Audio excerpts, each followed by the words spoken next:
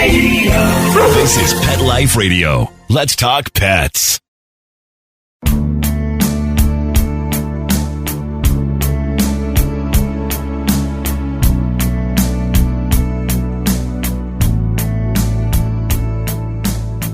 Yes, everybody! You know the drill. We've started this podcast to help anyone who is remotely interested in trapping and neutering animals. We're the help we did not receive when we first wanted to get involved, and we want to be your new besties in the TNR world. I'm Alex, one of your hosts for this ride, and I am so grateful to have Adele by my side. Hey, Adele! Hi, Alex. How are you doing today? Good. Tell us where you're calling us from today. I'm sitting at a cafe in London, trying to take a break from the craziness of TNR. How about you? And we get it. Yeah, I'm back in Vancouver, and I was gone for the last few episodes because I was in Nicaragua doing some spay and neuter there. So yeah, I'm happy to be back because going back into the craziness was crazy. But and it wasn't the same without you. Oh, well, I'm back now. Cool. Well, let me introduce today's guest. So we're very excited to have Pallavi. They are the executive director of the Feline Foundation, which is in Mumbai in India. Pallavi joined the cat rescue world when she was in school and started rescuing kittens off the streets and getting them adopted. When she went to college in the US, she started volunteering at her local shelter and rescue, where she met her now kitty, Sam. After completing her BSc in animal science and MSc in animal public policy in the States, she returned to Mumbai, where she joined the Feline Foundation. So this organization works to help community cats in this city through population management, healthcare initiatives, and community involvement. And to date, they've sterilized over 14,000 cats and treated over 45,000 cats and dogs in Mumbai. Welcome to the show, and thank you for being here. Thank you so much for having me. Wow, those are some impressive numbers. I'm really excited to have this conversation today. But we do like to start the conversation gently. So I don't know if it's really gentle, but anyway. Pallavi, when did you first start thinking about animal rights? Well, both my parents are animal lovers, so pretty much my whole life, I guess. Yeah, I've been interested in animals since I was a really small child. So. Oh, and then I guess you said that you started rescuing kittens off the streets and getting them adopted when you were in school, right? Yeah, my parents found that really annoying. So, of course. How did you start doing that, especially in college? What happened? Well, during school, I would just find kittens around and bring them home and somehow manage to get them adopted. It's always a bit dicey here to actually find an adopter, but I somehow managed to find adopters. Also because I had sort of a deadline, because my parents would not want the kittens to stay home for too long because it's a lot, right, to have kittens running around the house. So they would just ask me to get the kitten out real quick. And so I kind of figured out how to do adoptions that way. And then when I was in college, I just kept involving myself in as many extracurriculars as I could. So I kept finding volunteering opportunities or veterinary internships and things like that. So the local rescue would do adoption events every Saturday at the local, the Petco, the big mega pet store in my neighborhood. So I would go there and meet all the cats. And that's when I met my cat. And I just kind of adopted him on the spot. And my roommate was really into cats as well. So I kind of got even deeper into the cat world because, of course, she enabled all of that. So and then I was just part of it permanently. Cool. Okay, so how did you go from rescue and adoption to focusing so much of your effort on spay and neuter? I learned the importance of those programs through the volunteering activities that I did. So even at the shelter, I would, see how many animals just keep coming in every day. And that was in California. And then when I was in the US, I was doing a behavior internship at yet another shelter that was in Massachusetts. And there was such a difference in just the number of community animals in both the states, between California and Massachusetts. And it just made me realize the sheer difference that the size of the community animal population can make on even shelter, admission rates or intake rates and things. So in the New England area, they would often sort of import, not they would get animals from other states because the other states had it far worse, in terms of their population sizes. And I kind of sort of realized then the systemic issues at play with, like lack of spay neuter in the US, where it was, for the most part, mostly pets that needed to be spayed and neutered. Mm-hmm. And then comparing and contrasting that with the state of it in Mumbai, where our community animal populations, they're on the streets. So I sort of learned I saw it firsthand, the effect of TNR, where, in California, there were so many animals, yet on the streets, people were still finding cats on the streets compared to, at least in Boston, where there's not so many. But of course, there's still cats there. But yeah, I saw the effects of TNR firsthand. I'm like, this clearly works. Yeah, definitely. There's a lot of TNR works now in America, and a lot of people don't realize how large the free living cat populations are. They, I think, have normalized, if you see a cat on the street, you put them in the shelter, and then like that's the problem solved, rather than focusing on TNR. But still, like the movement for TNR has grown exponentially over the years, but still it's never enough. So yeah, it's interesting that you saw it in both places. And we're really huge fans of the Feline Foundation's work. You guys cover so many bases and you have quite a strategic approach to what you do. You focus a lot on spay and neuter as addressing one of the root causes of the issue of cats needing help. And so, yeah, we'd love to learn a little bit more about that. Can you tell us what it's like running a cat population management program in Mumbai and what your average day looks like as the executive director? Sure. Thank you so much for the kind words. That means a lot. Yeah. So in Mumbai, on the one hand, maybe it's sort of like a plus that there wasn't really a system here to begin with, which means that we could sort of build it up from scratch how we wanted to do it. And we had the help of, some people who helped us sort of lay out our organization's plans and blueprints so that we weren't going into it too blindly. So that was a massive help. We had someone help us with our, theoretical framework and everything. And we really knew that we wanted to address the community cat population first thing, because we knew from our own experience that the rescue and adoption model is not going to work over here because there's no official census. So I can't even tell you how many cats there officially are, but we think there's like 1 million cats because there's probably at least 5 cats to each dog and there's around 100,000 dogs. So yeah. Wow. That's a lot. Yeah. It's a lot. I'm trying not to be too pessimistic about it. Maybe there aren't 1 million. Who knows? But yeah, assuming there are 1 million, right? There's really nothing to do but spay neuter. So we knew that from the get-go that population management, population control would have to be one of our keystone programs. Mm-hmm. Although it is a little easy to get caught up in sort of the emotions of it all and try and focus on the rescue aspect, so it took us a little while to get there, but we started investing in our spay neuter program. That was our first, when we started out as an organization, we spent some time, like I said, laying out the theoretical framework, but at the same time, we were taking cats however we could to get neutered, even if it was through private appointments at, other veterinary clinics. We didn't have a clinic when we first started out. And our first priority was to get our own clinic space so that we could start spay neuter on a bigger scale. Mm-hmm. And we just kind of kept scaling up our operations from there on. Having the blueprint, like the logical framework, really helped because initially it made it a little bit more difficult for ourselves to, sit and do a baseline survey of, our neighborhoods and then go, do spay neuter and then do an in-term survey. Initially it felt like an impossible task. Because our own neighborhood in our baseline survey showed that there were like 2,000 cats there, and that was such a daunting number. And we didn't have funds when we first started out. And some part of me was like, oh my God, is this ever going to happen? But it took a few years, but we're getting there. We've now sterilized 80% of the cats in the same neighborhood.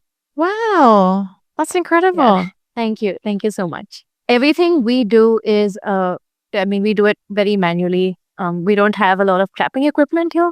Yeah, we don't have like cat traps. So we bought one from the US and we had a friend bring them over.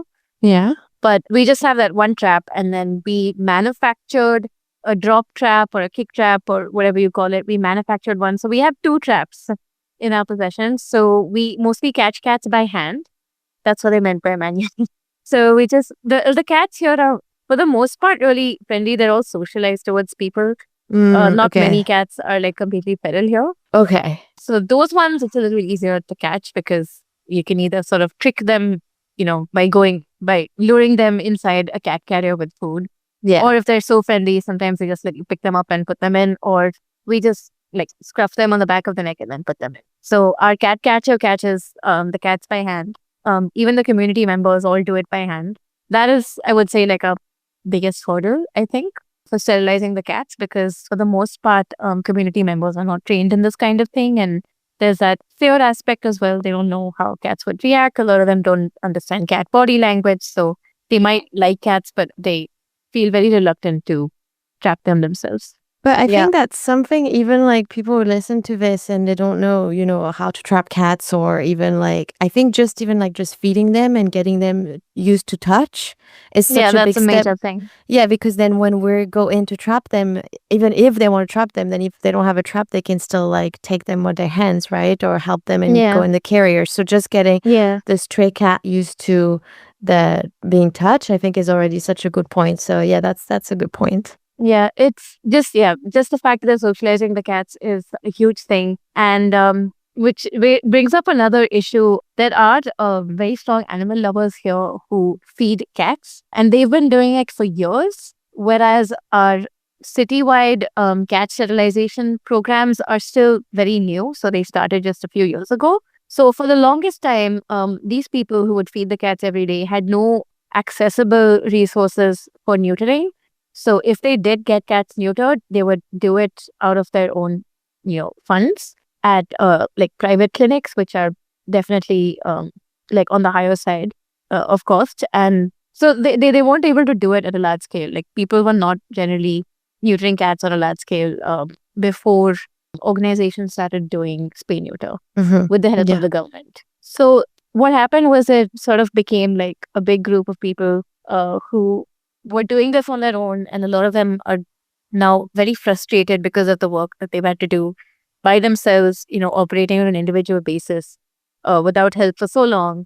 And there's also like another community who's against these people because they see it as the feeders are the source of the problem. So they think the feeders are the reason why there's so many cats. So a lot of people are against animal feeding, but luckily, at least the laws are on our side there. So it is illegal to ban anyone from feeding stray animals.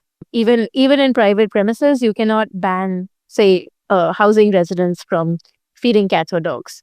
Okay. But that doesn't stop people from trying. So there's all these different stakeholders. So there's people who are really frustrated with the overgrown cat population because, there's cats everywhere, and some people are against that. They create noise, or maybe they disturb the peace, or maybe they, pee on people's cars and things like that. So some people are against cats. And so they're also against the people who are feeding the cats, but maybe don't see it as the people who are feeding the cats are actually doing the job of sterilizing them as well. So getting everybody on the same page is a little difficult. So that is another thing that we do, is we try and educate people on the importance of sterilization, but also the importance of letting people just feed the cats, because if they don't feed the cats, then they won't be friendly enough for us to trap them.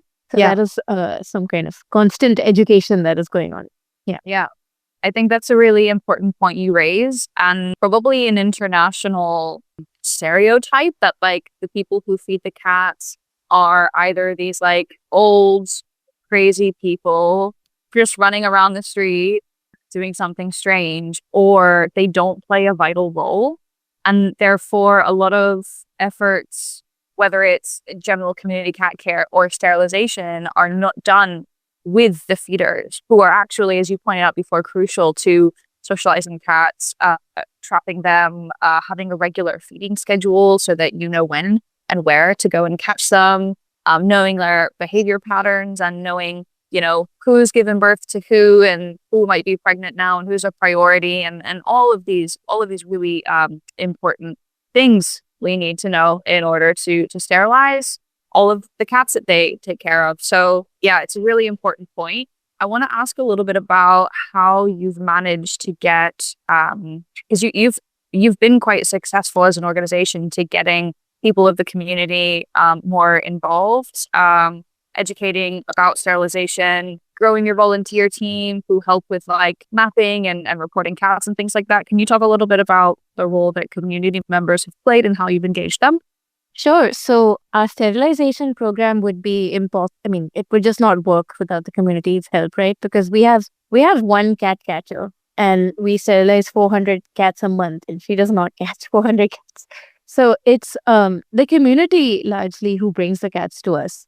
And this city is full of such amazing people who have such positive attitudes towards. I mean, I know what I just said about some people being against it, but for the most part, this is a very pro-animal welfare city, and we're really grateful for that. People are very invested in the care of their animals, especially if they're the feeders. So the feeders do most of the cat catching and, bringing the cats to us because they've been taking care of, all their neighborhood animals for so long, like I said. So they're very invested in their health, and they've seen like at first hand what happens when colonies are not sterilized. And they also don't want their own neighborhood cat colonies to increase in size because they'll be the ones to take care of the kittens and things like that. So they've not been difficult to motivate to get cats to us.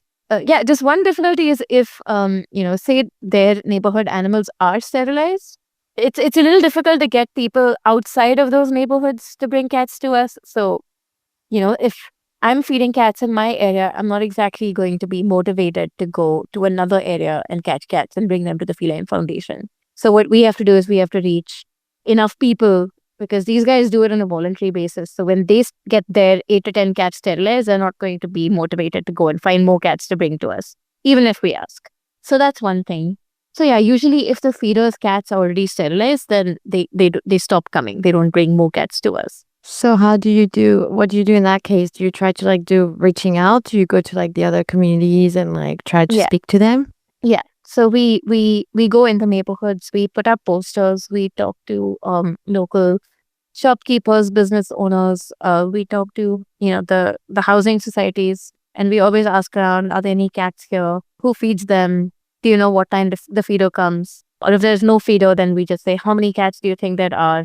Yeah. Okay, can you help us out with sterilization? And if there isn't someone there that is actively feeding the cats, then usually they expect us to come catch the cats because it is like a public service kind of thing. They see it as the government's role is to ensure the sterilization of the community animals, and we are one of the partnering organizations, so they kind of see it as our responsibility to do that. So we have to be a bit careful with how we utilize our cat catcher's time. So we try and make it so that she goes into the neighborhoods where there's not any community members who can help us. And we keep trying to increase our community database of people who can help us. So we keep revisiting areas and talking to the people on ground. Yeah. And there's also people who just sign up as volunteers at our organization, even if they're not from our area. They sign up for these kinds of things like the poster drives or the surveys. So they help us out that way as well. Yeah, cool. Can we talk about the surveys a little bit more? Because I think you've had quite a lot of people volunteer for this, and it's also a very special point to what makes what you guys do strategic and effective. Like the fact that you even know that you've sterilized 80% of these neighborhoods, that's because you've done surveys, right? And you've engaged people to come and volunteer for that. Can you talk a little bit about what they do and what the surveys look like? Sure. So for the surveys, we start out by mapping the area that we're going to work in. So we fully map out the next project area that we're going to work on for the next few months or years or however long it takes. And we plan the surveys so that we cover every street, because the purpose of the surveys is not just to get an overall picture of how big the cat population is, but also give us micro data on where the cats are actually staying. Mm-hmm. So we sort of, poll in our volunteer group way ahead of time to see if we can get between 10 to 20 volunteers for the survey. And we split one big zone into smaller subzones. and we send out one team to each subzone, and we tell them, make sure you're covering every street, make sure you're talking to every building, every shop. No corner of this area should go unexplored, because that gives us the data on where the cats are. So it doesn't just tell us how many cats there are total, but also where exactly they are. We also we create a WhatsApp group for this, and we tell them to send lots of pictures. And if there's like high priority cats, like pregnant cats or lactating mothers, or just like even female cats in general, or if there's an area where there's like multiple cats in one place, then they send us the location of that spot. So as soon as we do the survey, we start catching, so that we don't forget, where all the cats are. And so that the people there don't forget us. So if we go and do a survey and we talk to them and we introduce ourselves as the Feline Foundation, we're here to help with sterilization, etc., they shouldn't forget us before we go back to that area again. Yeah, so for us, it is the area that we're in. We're in an area called Andheri West, and it's the largest suburb in Mumbai, and largest in terms of size as well as human population. So there's also a really big cat population here because of the density of, the actual human population, as well as the kind of sort of micro environments that are throughout the region. There's a lot of fishing villages, there's a lot of fish markets, a lot of meat markets. There's like commercial sections and industrial sections and residential sections, high density housing, low density housing. So we kind of have to get to know it ourselves as well. So we couldn't rather do like sort of like a transit kind of survey, because we just had to get in every street and introduce ourselves. That's sort of how we plan the survey. And we try to do the survey in one day. If that's not possible, we try and at least complete the entire zone within a month's time. But we complete like one subzone in one day at least, and we pick the same time so that we have like similar conditions for the survey, so that the data is comparable. So we go around the same time of day, and we go with like a lot of cat food in tins, and we just rattle them so that the cats come out. And we give instructions to our volunteers on how to search for the cats. So if they see parked cars, they're supposed to bend down and look underneath, and keep checking the roofs, because they could be on the roofs as well. Right. You mentioned transect surveys. So when we're talking about surveying and mapping and counting, there are a few different kind of like standardized methodologies, right? So transect surveys are something that the ICAM model talks about, right? There's also an approach from DC cat count, which people use to, as you say, not just find like a census amount of population, but also where they are and where they have to neuter cats. Is there a kind of methodology that you follow that is kind of like one of these standardized methods, or have you sort of created your own over your time of trying this out and seeing what works? We created our own, but I'm sure there are other organizations doing it like us. So we have like a survey sheet, which is just one paper, and we have two sections to it. One is the population data, and then one is also like the welfare status or the health conditions. So we call that vulnerable stray cats. That's our term for it. So at the top in the population data section, we put a tally mark for every cat that we see, cat, kitten, whatever. We put a tally mark either in the sterilized or unsterilized section. And within those sections, we have male, female, and unknown or can't tell. So we try and track the gender data as well. So every cat gets marked in the population section. And then below that, in the vulnerable stray cat section, we mark if a cat meets any of the following conditions, which are sick, injured, geriatric, disabled, infant, or pregnant or lactating. So these we have 6 columns for that. So not every cat gets put in this section. It's just if a cat is one of the following. So that way, at the end of completing an entire zone, we have the total number of cats, the percentage that are sterilized or unsterilized, and also the percentage that are vulnerable, which tells us the overall health of the population. And we do this exact survey at the end term as well. Okay, cool.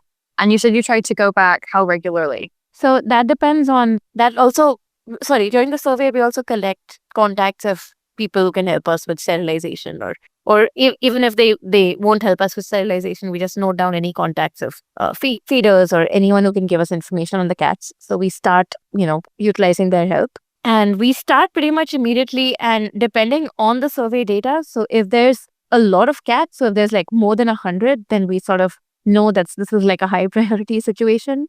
So we go there very regularly, maybe like twice a week. If there's fewer cats, so if there's just like 10 to 20 cats in this subzone or zone, usually subzone, then those cats are also a little more difficult to find because they're probably like spread out and there's just like single cats here and there. So then we go as and when the community members are available to help us out, because usually the cats will come out at a particular time because there's one person there feeding them, or so we have to sort of talk to those. Like those areas are harder to do than the areas where there's like a high density of cats and you can just catch like 10 at once. So some areas we'll never stop visiting. So even the zones that we've completed 80% or more is what we target, right? So even the zones where we've completed 80%, we are still revisiting those zones because unfortunately what's happening is people are now coming and dumping animals there.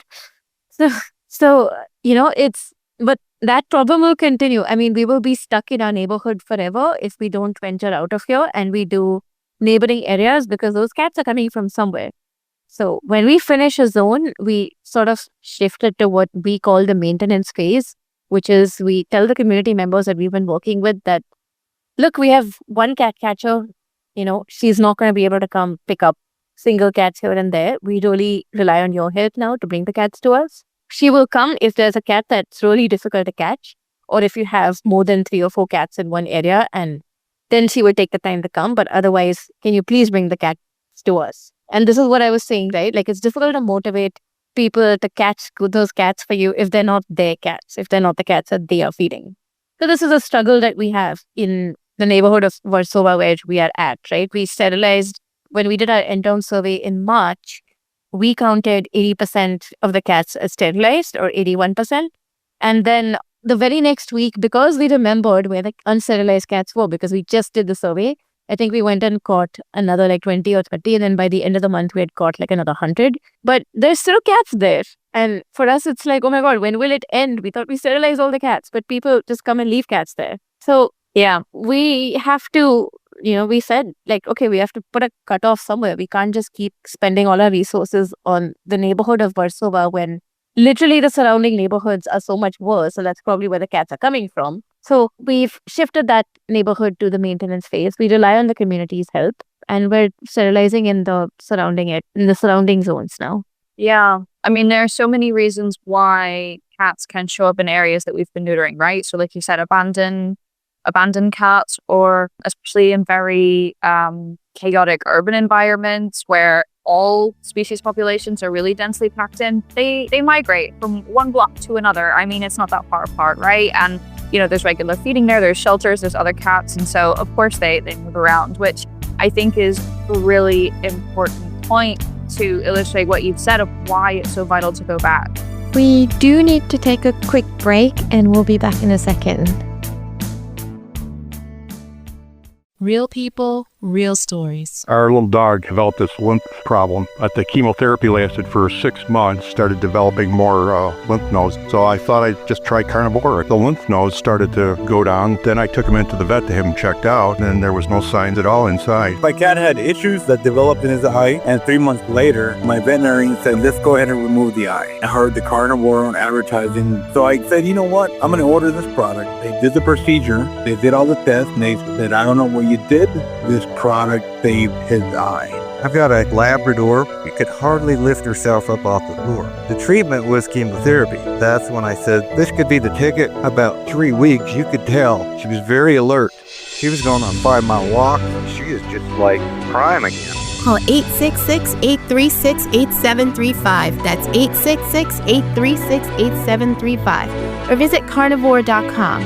That's carnivora.com. Use promo code PETLIFE at checkout for 15% off your order at carnivora.com. Let's talk pets. Let's talk pets On Pet Life Radio. Pet Life Radio. PetLifeRadio.com.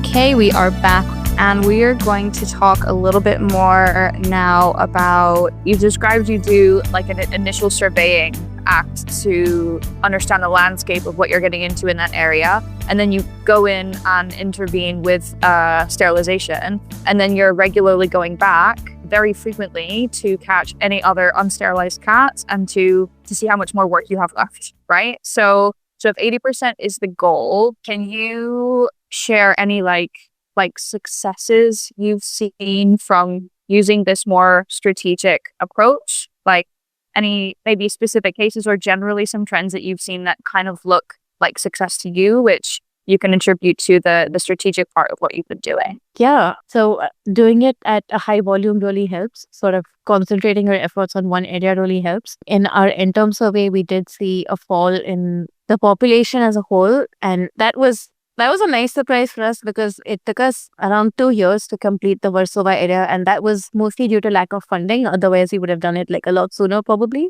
But even so, the population still decreased, even though we were kind of doing it intermittently as we had funding. The population still decreased. And we also saw a drop in the vulnerable stray cats percentage, which was really nice. So we had fewer like female cats giving birth, fewer kittens. There were fewer injured and sick animals as well. There were more geriatric and more disabled cats. So I don't know if that means that, maybe the cat population is aging better, and if it means that there's more disabled animals because they receive medical care and, they were treated sort of like we release like cats who we've done amputations for and things like that, right? If they have caretakers. So we got to see like some of those as well, like that cats that have definitely had their eye enucleated or, their leg amputated. So we have seen positive effects of sort of doing like a high intensity sterilization activity. And now that we have more funding for our sterilization program, I think it will be even better.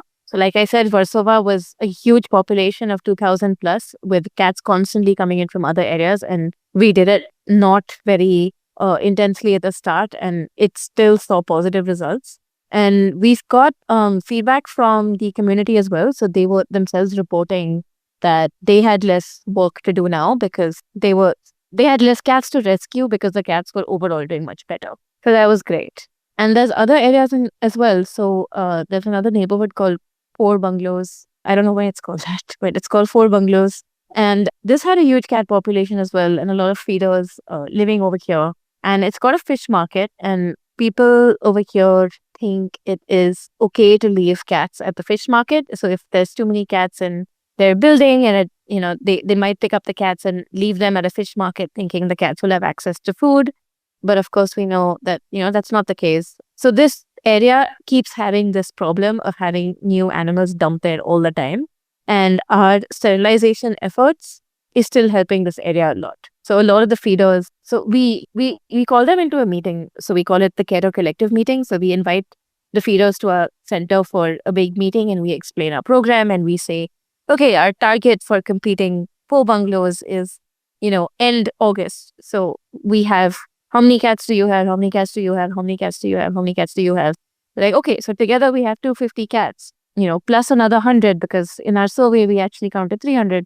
Okay, so this is how many cats we need to sterilize per month until August to, achieve our target, which means each of you need to be bringing in 7 cats per week. So we kind of just like show them the numbers and they get a little motivated to help because they realize that, maybe the struggle will end if they sterilize all the cats. And it was nice to be able to build a positive relationship with these people because for us, it was a new neighborhood and we started relationships with this community, and it's already helped the area of 4 bungalows a lot. And we'll be doing our end-term survey of this area soon as well. That's incredible. I actually have a question. How old do the kittens have to be for you to sterilize them? Do you work with age or weight? Age and weight, both. So like around 5 months old is when we sterilize them here. That's interesting. Yeah. So with female cats, it's before their first heat. And with male cats, it's after the testes have descended. Yeah, once you can actually see them. And do you ear tip them? We ear notch them. So that's what we do in India. We put like a V-shaped notch rather than a straight across tip.